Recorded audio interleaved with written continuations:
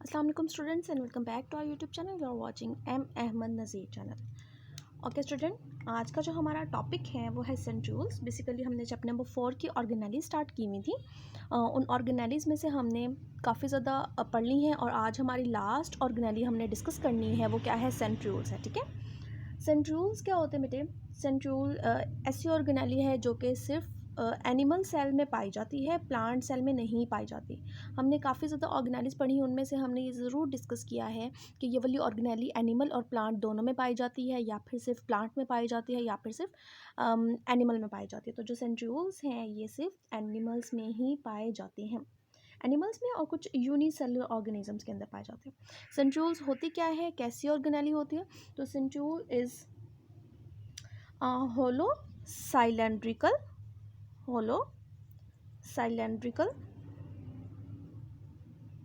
Organelle.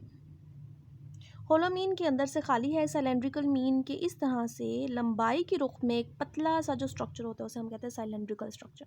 अंदर से खाली है, होलो है और साइलेंड्रिकल फॉर्म में है, तो होलो साइलेंड्रिकल ऑर्गेनेली है ये।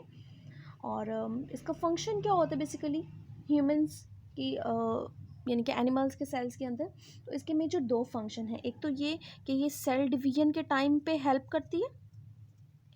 सेल डिवीजन के टाइम पे हमने देखा है, आपने प्रीवियस क्लासेस में भी पढ़ा होगा, 8th क्लास में भी आपने सेल डिवीजन का चैप्टर पढ़ा हुआ है कि जब माइटोसिस के टाइम पे सेंट्रियोल्स जो है वो क्या करते हैं, स्पिंडल फाइबर्स ओरिजिनेट करते हैं, इन्हें स्पिंडल फाइबर्स कहते हैं।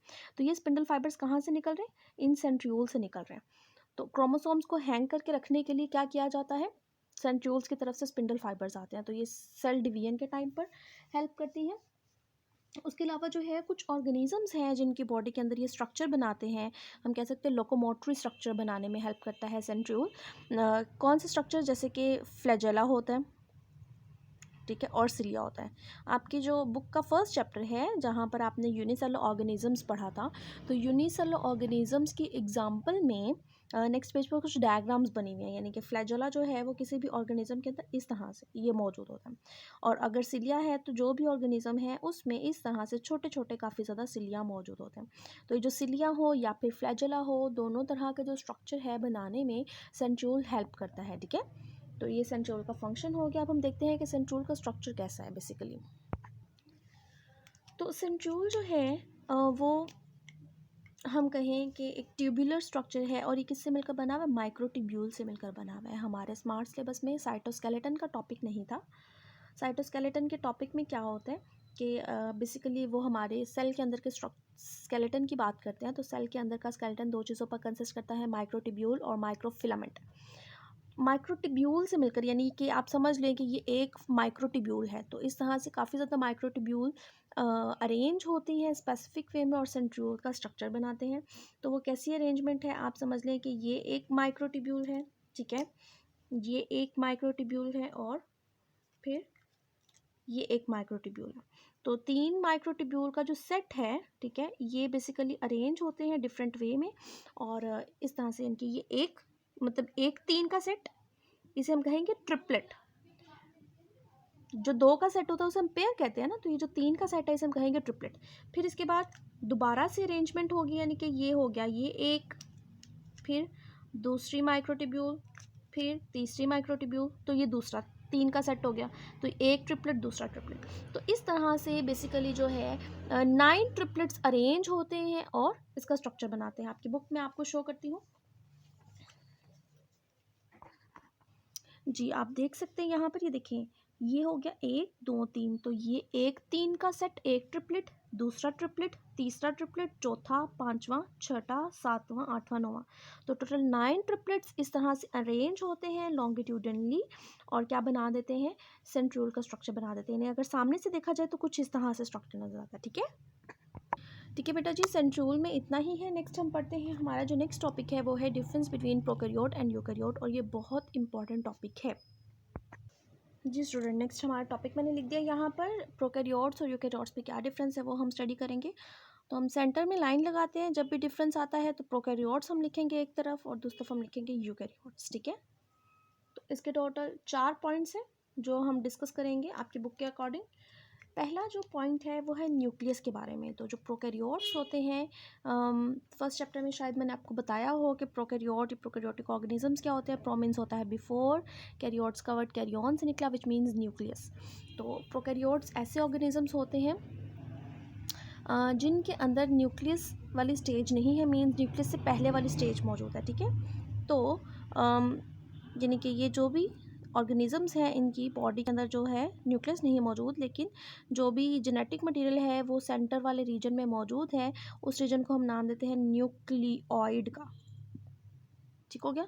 यूकैरियोट्स क्या होते हैं? Humans true karyotes mean, karyon word निकला न्यूक्लियस से। तो यूकैरियोट्स मीन ऐसे ऑर्गेनिजम्स हैं जिनके अंदर वेल डिफाइंड न्यूक्लियस प्रेजेंट होगा, ठीक है। तो इसके बारे में ये हो गया कि इसके पास न्यूक्लियस नहीं होता, इसके पास न्यूक्लियस होता है। सेकेंड पॉइंट है ऑर्गेनेलिस के बारे में। तो जो प्रोकैरियोट्स हैं इनके पास मेम्ब्रेन बाउंडेड ऑर्गेनेलिस नहीं होती, मेम्ब्रेन बाउंडेड ऑर्गेनेली नहीं होती, जबकि इनके पास होती है, ठीक है। इनके ये जो हमारे पास सेल होगा इसके पास न्यूक्लियस है, इसके पास एंडोप्लाज्मिक रेटिकुलम है, इसके पास माइटोकॉन्ड्रिया है, ठीक है, वैक्यूल्स हैं, गोल्जी अपरेटस। आप देखिए सबकी मेम्ब्रेन है, ये मेम्ब्रेन, ठीक है। तो इसके पास सारी की सारी ही ऑलमोस्ट मेम्ब्रेन बाउंडेड ऑर्गेनेली होती है, जबकि प्रोकैरियोट्स के पास नहीं होती। लेकिन एक हमने ऑर्गेनेली ऐसी पढ़ी थी, आपको याद हो कि जो कि मेम्ब्रेन बाउंडेड नहीं है। तो वो ऑर्गेनेली जो मेम्ब्रेन बाउंडेड नहीं है तो वो दोनों के अंदर पाई जा सकती है। तो उसका क्या नाम है? उसका नाम है राइबोसोम्स। तो जो प्रोकैरियोट्स हैं इनके अंदर का जो राइबोसोम होगा वो स्मॉलर इन साइज होगा, जबकि इनके अंदर का जो राइबोसोम होगा वो लार्जर इन साइज होगा, ठीक है। उसके बाद अगर हम सेल के साइज़ की बात करें, ठीक है, नेक्स्ट हमारे पास पॉइंट है सेल साइज़। तो जो प्रोकैरियोटिक सेल है इसका साइज़ जो है वो कम होता है, छोटा होता है। और कितना कम होता है? Almost 10 times smaller. और इसका जो है 10 टाइम्स लार्जर होता है, ठीक है।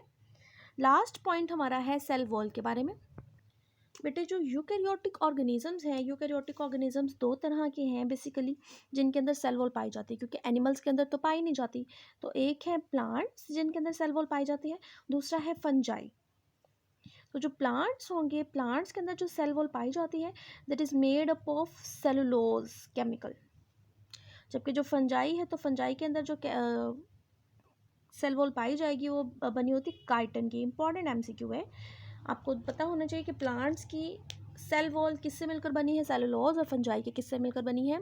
और जो प्रोकैरियोट्स हैं इनकी जो सेल वॉल होती है ये मिलकर बनी होती है पेप्टाइडो ग्लाइकेंस, ठीक है। ये वर्ड जो है थोड़ा मुश्किल है, आपको अगर याद हो तो हमने ये पेप्टाइडोग्लाइकेन सेलुलोज और काइटिन का वर्ड हमने पढ़ा है उसमें, जब हमने सेल वॉल का टॉपिक पढ़ा था, ठीक है।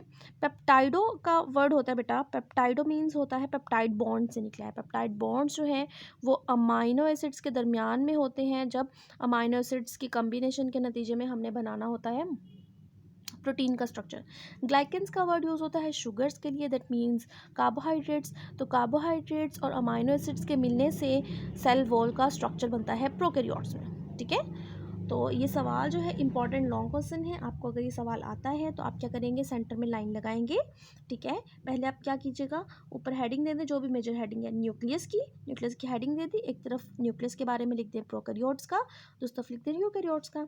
नेक्स्ट हेडिंग आएगी अदर ऑर्गेनेलिस की, आप हेडिंग दें सेंटर में, एक तरफ आप लिख दें प्रोकैरियोट्स के बारे में जो भी लिखा हुआ है बुक में, और यूकैरियोट्स के बारे में। इस तरह से आप अपनी चारों हेडिंग्स को डिफ्रेंशिएट की फॉर्म में आंसर दे देंगे, ठीक है। इंशाल्लाह हम नेक्स्ट टॉपिक स्टार्ट करेंगे अपने स्मार्ट सिलेबस के अकॉर्डिंग। कौन सा है हमारा next topic? I think diffusion से स्टार्ट होता है, डिफ्यूजन, फैसिलिटेटेड डिफ्यूजन वगैरह के पैसेजेस जो हैं, कौन से रास्ते हैं, कौन से तरीके हैं जिनके ज़रिए से सेल मेम्ब्रेन से कोई भी चीज़ सेल के अंदर मूव करके जाती है या बाहर निकलती है, ठीक है। तब तक के लिए अल्लाह हाफिज़।